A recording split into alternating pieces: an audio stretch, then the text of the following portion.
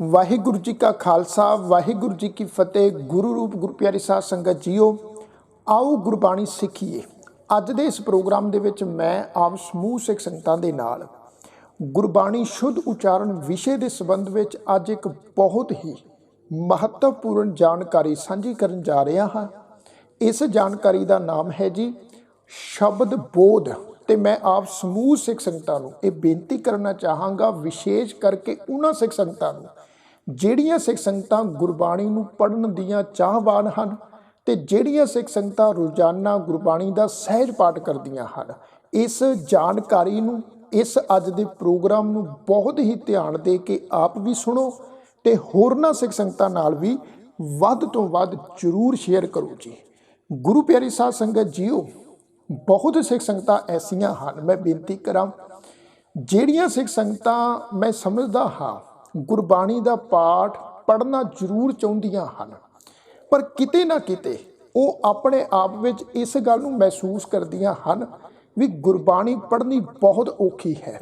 ਗੁਰਬਾਣੀ ਪੜ੍ਹਨ ਦੇ ਵਿੱਚ ਸਾਨੂੰ ਕਠਿਨਾਈ ਪ੍ਰਤੀਤ ਹੁੰਦੀ ਹੈ।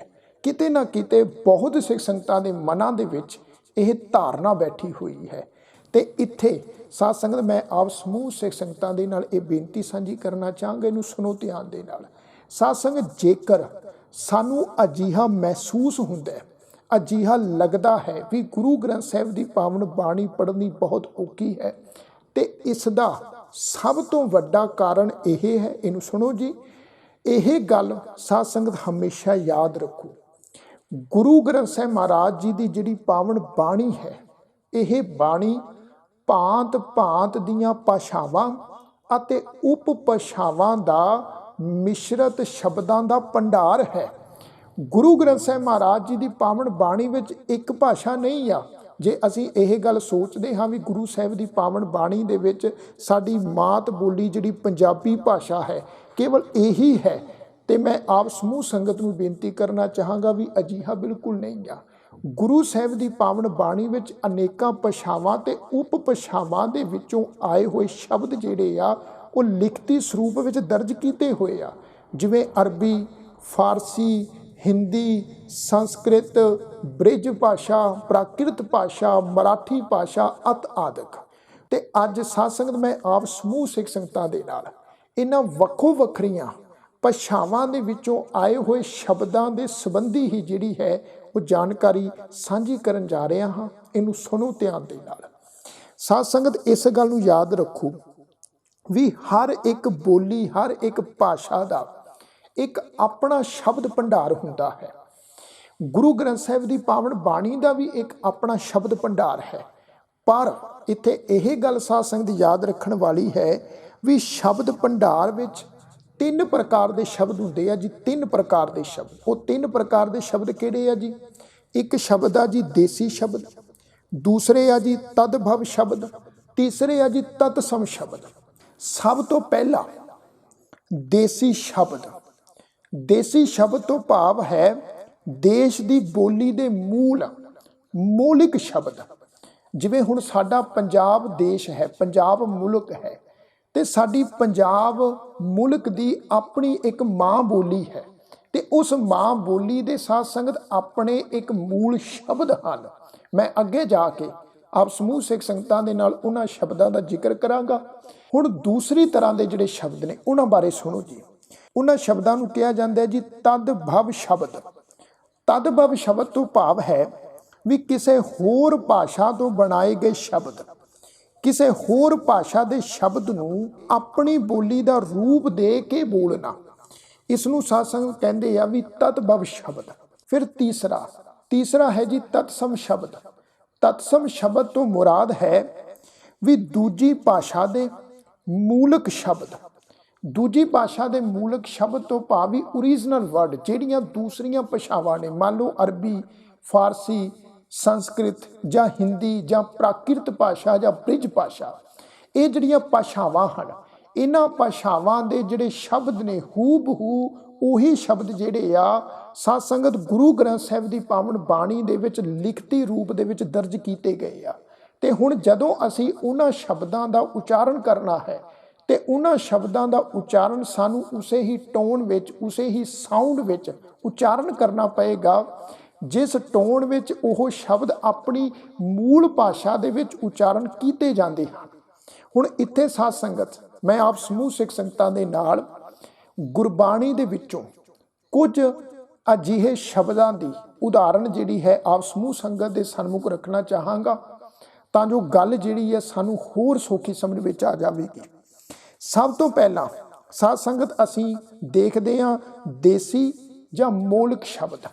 ਹੁਣ ਇਹਨਾਂ ਸ਼ਬਦਾਂ ਦੇ ਵਿੱਚ ਸਾਧ ਸੰਗਤ ਗੁਰੂ ਗ੍ਰੰਥ ਸਾਹਿਬ ਦੀ ਪਾਵਨ ਬਾਣੀ ਵਿੱਚੋਂ ਅਸੀਂ ਇਹ ਸ਼ਬਦ ਪੜ੍ਹਦੇ ਹਾਂ: ਕੰਧ, ਕੁੰਡਾ, ਝਾਟਾ, ਬੋਹਲ, ਹੱਕ, ਘੋਟਣਾ, ਠੋਕਣਾ, ਤਰਨਾ, ਮੰਗਣਾ, ਸੂਈ, ਵਾਹੁਣਾ। ਹੁਣ ਇਹ ਜਿਹੜੇ ਸ਼ਬਦ ਆ, ਇਹ ਸਾਧ ਸੰਗਤ ਸਾਡੀ ਮਾਂ ਬੋਲੀ ਪੰਜਾਬੀ ਜਾਂ ਗੁਰਮੁਖੀ ਦੇ ਸਾਧ ਸੰਗਤ ਇਹ ਠੇਠ ਸ਼ਬਦ ਆ, ਤੇ ਆਮ ਅਸੀਂ ਬੋਲ ਚਾਲ ਦੀ ਬੋਲੀ ਦੇ ਵਿੱਚ ਵੀ ਇਹਨਾਂ ਸ਼ਬਦਾਂ ਦਾ ਅਕਸਰ ਹੀ ਜਿਹੜਾ ਵਾ ਉਚਾਰਨ ਕਰਦੇ ਆ, ਤੇ ਇਹੀ ਸ਼ਬਦ ਜਿਹੜੇ ਹੂ ਬਹੂ ਗੁਰੂ ਗ੍ਰੰਥ ਸਾਹਿਬ ਮਹਾਰਾਜ ਜੀ ਦੀ ਪਾਵਨ ਬਾਣੀ ਦੇ ਵਿੱਚੋਂ ਵੀ ਸਾਨੂੰ ਪੜ੍ਹਨ ਨੂੰ ਮਿਲਦੇ ਆ ਜੀ। ਫਿਰ ਇਹਦੇ ਤੋਂ ਅੱਗੇ ਤੁਸੀਂ ਦੇਖੋ ਦੂਸਰੀ ਤਰ੍ਹਾਂ ਦੇ ਜਿਹੜੇ ਸ਼ਬਦ ਆ, ਦੂਸਰੀ ਤਰ੍ਹਾਂ ਦੇ ਸ਼ਬਦ ਆ ਜੀ ਤਦਭਵ ਸ਼ਬਦ। ਤਦਭਵ ਸ਼ਬਦ ਤੋਂ ਭਾਵ ਸੀ ਦੂਜੀਆਂ ਭਾਸ਼ਾਵਾਂ ਤੋਂ ਕੁਝ ਫਰਕ ਨਾਲ ਬਣਾਏ ਗਏ ਸ਼ਬਦ।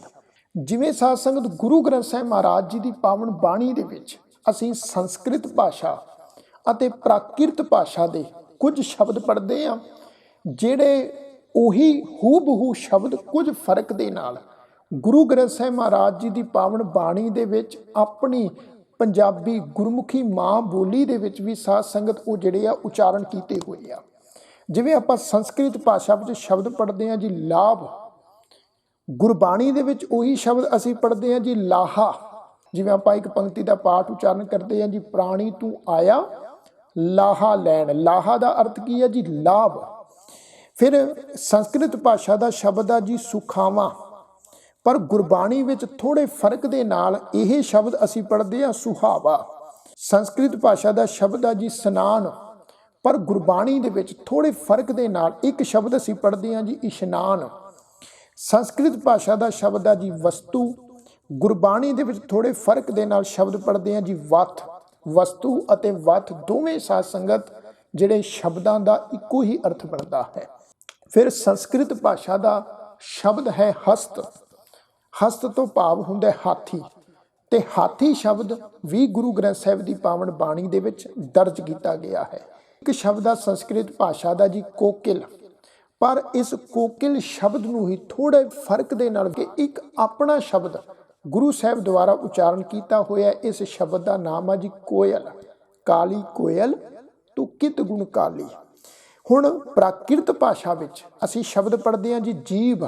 ਇਹ ਜੀਭ ਸ਼ਬਦ ਜਿਹੜਾ ਹੈ ਇਹ ਪ੍ਰਾਕ੍ਰਿਤ ਭਾਸ਼ਾ ਦਾ ਵਾ, ਪਰ ਸਾਧ ਸੰਗਤ ਜੀਭ ਸ਼ਬਦ ਨੂੰ ਹੀ ਥੋੜੇ ਫਰਕ ਦੇ ਨਾਲ ਇੱਕ ਸ਼ਬਦ ਬਣਾਇਆ ਗਿਆ ਗੁਰੂ ਗ੍ਰੰਥ ਸਾਹਿਬ ਦੀ ਬਾਣੀ 'ਚ ਦਰਜ ਆ ਜੀ ਜੀਹ। ਹੁਣ ਜੀ ਸ਼ਬਦ ਤੇ ਜੀਭ ਸ਼ਬਦ ਦੋਵੇਂ ਸ਼ਬਦਾਂ ਦਾ ਅਰਥ ਸੇਮ ਹੀ ਆ ਜੀ। ਸਾਡੀ ਜੀਭ ਦੀ ਜੇਬਾਂ ਦੀ ਰਸਨਾ ਦੀ ਗੱਲ ਆ ਜੀ। ਫਿਰ ਇੱਕ ਸ਼ਬਦ ਆ ਪ੍ਰਾਕ੍ਰਿਤ ਭਾਸ਼ਾ ਦਾ ਪੁਸ਼ਪ, ਗੁਰਬਾਣੀ ਵਿੱਚ ਸ਼ਬਦ ਆ ਜੀ ਪੂਹਪ, ਥੋੜੇ ਫਰਕ ਦੇ ਨਾਲ ਲਿਖਿਆ ਹੋਇਆ। ਪ੍ਰਾਕ੍ਰਿਤ ਭਾਸ਼ਾ ਦਾ ਸ਼ਬਦ ਆ ਜੀ ਵਿਥੀ, ਗੁਰਬਾਣੀ ਦੇ ਵਿੱਚ ਥੋੜੇ ਫਰਕ ਦੇ ਨਾਲ ਇੱਕ ਸ਼ਬਦ ਆਇਆ ਜੀ ਬੀਥੀ। ਬੀਥੀ ਦਾ ਅਰਥ ਹੁੰਦਾ ਹੈ ਗਲੀ। ਪ੍ਰਾਕ੍ਰਿਤ ਭਾਸ਼ਾ ਦਾ ਸ਼ਬਦ ਆ ਜੀ ਕ੍ਰਿਸ਼ਨ, ਪਰ ਗੁਰਬਾਣੀ ਵਿੱਚ ਥੋੜੇ ਫਰਕ ਦੇ ਨਾਲ ਅਸੀਂ ਸ਼ਬਦ ਪੜ੍ਹਦੇ ਹਾਂ ਜੀ ਕਾਹਨ। ਪ੍ਰਾਕ੍ਰਿਤ ਭਾਸ਼ਾ ਦਾ ਸ਼ਬਦ ਆ ਜੀ ਨਾਠੇ, ਗੁਰਬਾਣੀ ਵਿੱਚ ਥੋੜੇ ਫਰਕ ਨਾਲ ਇਹੀ ਸ਼ਬਦ ਹੁੰਦਾ ਜੀ ਨਾਸੇ। ਸੋ ਇਹ ਸਾਧ ਸੰਗਤ ਜਿੰਨੇ ਵੀ ਸ਼ਬਦ ਆਪਾਂ ਉਚਾਰਨ ਕੀਤੇ ਆ ਇਹ ਸ਼ਬਦ ਆ ਜੀ ਤਦਭਵ ਸ਼ਬਦ।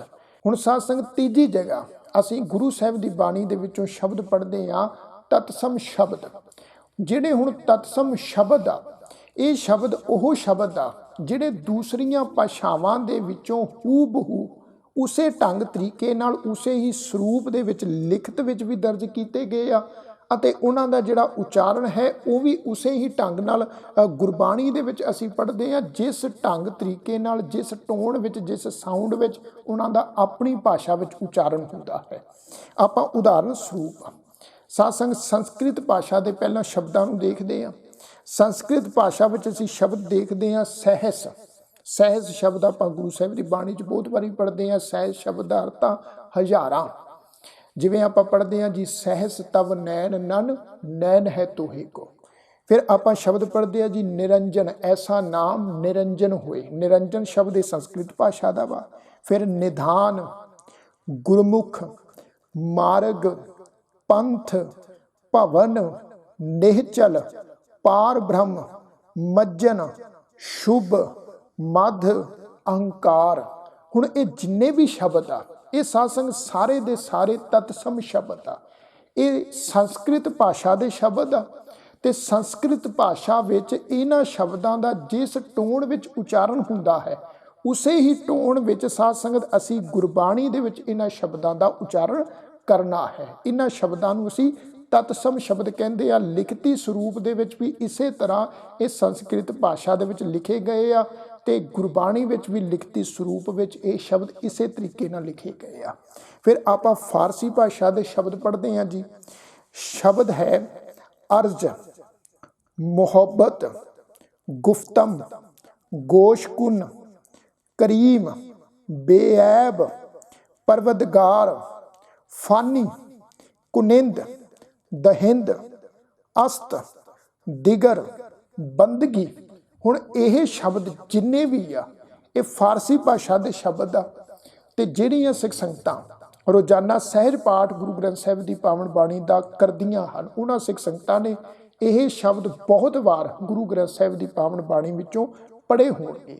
ਹੁਣ ਇਹਨਾਂ ਫਾਰਸੀ ਭਾਸ਼ਾ ਦੇ ਸ਼ਬਦਾਂ ਦਾ ਉਚਾਰਨ ਅਸੀਂ ਉਸੇ ਹੀ ਟੋਨ ਵਿੱਚ ਕਰਨਾ ਹੈ ਜਿਸ ਟੋਨ ਵਿੱਚ ਇਹ ਫਾਰਸੀ ਭਾਸ਼ਾ ਵਿੱਚ ਸ਼ਬਦ ਉਚਾਰਨ ਕੀਤੇ ਜਾਂਦੇ ਹਨ। ਬਸ ਸਾਧ ਸੰਗਤ ਕਹਾਣੀ ਇੰਨੀ ਕੁ ਸੱਚੀ ਹੈ ਵੀ ਸਾਨੂੰ ਗੁਰਬਾਣੀ ਨੂੰ ਪੜ੍ਹਨ ਵਾਲਿਆਂ ਨੂੰ ਇਹਨਾਂ ਸ਼ਬਦਾਂ ਦੀ ਥੋੜ੍ਹੀ ਪਛਾਣ ਹੋਣੀ ਚਾਹੀਦੀ ਹੈ ਵੀ ਆਹ ਸ਼ਬਦ ਸੰਸਕ੍ਰਿਤ ਭਾਸ਼ਾ ਦਾ ਹੈ, ਇਹ ਸ਼ਬਦ ਜਿਹੜਾ ਹੈ ਫਾਰਸੀ ਭਾਸ਼ਾ ਦਾ ਹੈ, ਇਹ ਸ਼ਬਦ ਪ੍ਰਾਕ੍ਰਿਤ ਭਾਸ਼ਾ ਦਾ ਹੈ, ਇਹ ਸ਼ਬਦ ਅਰਬੀ ਭਾਸ਼ਾ ਦਾ ਹੈ।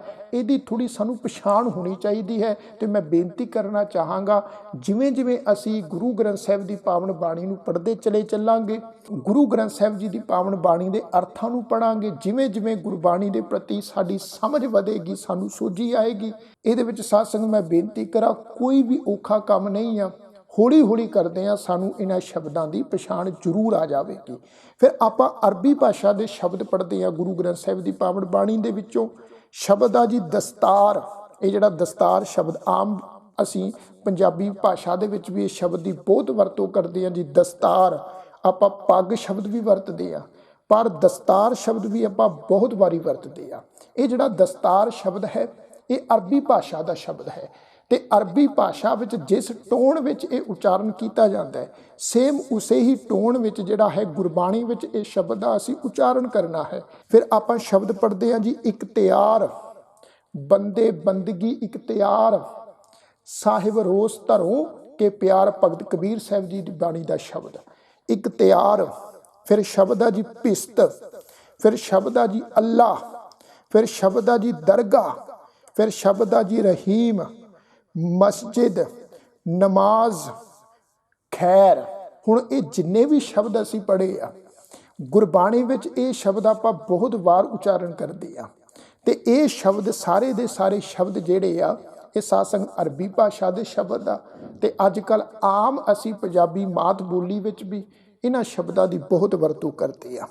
ਤੋ ਸਾਧ ਸੰਗਤ ਅਖੀਰ ਤੇ ਮੈਂ ਇਹੀ ਬੇਨਤੀ ਕਰਨਾ ਚਾਹਾਂਗਾ ਵੀ ਗੁਰਬਾਣੀ ਪੜ੍ਹਨ ਵਿਚਾਰਨ ਵਾਲੇ ਪ੍ਰੇਮੀ ਸੱਜਣ ਉਦੋਂ ਹੀ ਸ਼ੁੱਧ ਪਾਠ ਕਰਨ ਦੇ ਯੋਗ ਬਣ ਸਕਣਗੇ ਜਦੋਂ ਉਹਨਾਂ ਨੂੰ ਗੁਰਬਾਣੀ ਵਿੱਚ ਵਰਤੇ ਗਏ ਵੱਖ-ਵੱਖ ਬੋਲੀਆਂ ਦੇ ਸ਼ਬਦ ਸਰੂਪਾਂ ਨਾਲ ਚੰਗੀ ਤਰ੍ਹਾਂ ਪਛਾਣ ਹੋ ਜਾਵੇਗੀ। ਤਾਂ ਮੇਰੇ ਕਹਿਣ ਤੋਂ ਭਾਵ ਸਾਧ ਸੰਗਤ ਇਹੀ ਹੈ ਵੀ ਅਜੋਕੇ ਸਮੇਂ ਵਿੱਚ ਜਦੋਂ ਅਸੀਂ ਗੁਰੂ ਗ੍ਰੰਥ ਸਾਹਿਬ ਮਹਾਰਾਜ ਜੀ ਦੀ ਪਾਵਨ ਬਾਣੀ ਨੂੰ ਗਹੁ ਨਾਲ ਪੜ੍ਹਾਂਗੇ, ਧਿਆਨ ਦੇ ਨਾਲ ਪੜ੍ਹਾਂਗੇ, ਸਮੇਂ-ਸਮੇਂ 'ਤੇ ਗੁਰਬਾਣੀ ਦੇ ਅਰਥਾਂ ਨੂੰ ਵਿਚਾਰਦੇ ਰਵਾਂਗੇ, ਸ਼ਬਦਾਂ ਦੇ ਸਰੂਪਾਂ ਨੂੰ ਸਮਝਦੇ ਰਵਾਂਗੇ, ਤਿਵੇਂ ਸਾਧ ਸੰਗਤ ਗੁਰੂ ਗ੍ਰੰਥ ਸਾਹਿਬ ਜੀ ਦੀ ਪਾਵਨ ਬਾਣੀ ਨੂੰ ਬਹੁਤ ਹੀ ਸ਼ੁੱਧ ਢੰਗ ਤਰੀਕੇ ਦੇ ਨਾਲ ਉਚਾਰਨ ਕਰਨ ਦੀ, ਉਹਨੂੰ ਸਮਝਣ ਦੀ ਜਿਹੜੀ ਸੰਭਾਵਨਾ ਹੈ ਉਹ ਵੱਧਦੀ ਜਾਵੇਗੀ। ਅਸੀਂ ਸਿੱਖਿਅਤ ਹੁੰਦੇ ਜਾਵਾਂਗੇ। ਤਾਂ ਆਪ ਸਮੂਹ ਸਿੱਖ ਸੰਗਤਾਂ ਦਾ ਸਾਧ ਸੰਗਤ ਤਹਿ ਦਿਲੋਂ ਧੰਨਵਾਦ ਹੈ। ਅੱਜ ਦਾ ਜੇ ਇਹ ਪ੍ਰੋਗਰਾਮ ਆਪ ਸਮੂਹ ਸੰਗਤਾਂ ਨੂੰ ਚੰਗਾ ਲੱਗਾ ਹੋਵੇ ਤੇ ਲਾਈਕ ਕਰਨਾ ਨਾ ਭੁੱਲਿਓ, ਕਮੈਂਟ ਕਰਕੇ ਸਾਧ ਸੰਗਤ ਜਰੂਰ ਦੱਸਿਓ ਅਤੇ ਵੱਧ ਤੋਂ ਵੱਧ ਸਿੱਖ ਸੰਗਤਾਂ ਨਾਲ ਵੀ ਅੱਜ ਦੇ ਇਸ ਪ੍ਰੋਗਰਾਮ ਨੂੰ ਜਰੂਰ ਸ਼ੇਅਰ ਕਰਿਓ ਜੀ। ਸਭਨਾਂ ਦਾ ਤਹਿ ਦਿਲੋਂ ਧੰਨਵਾਦ। ਆਖੋ ਜੀ ਵਾਹਿਗੁਰੂ ਜੀ ਕਾ ਖਾਲਸਾ, ਵਾਹਿਗੁਰੂ ਜੀ ਕੀ ਫਤਿਹ।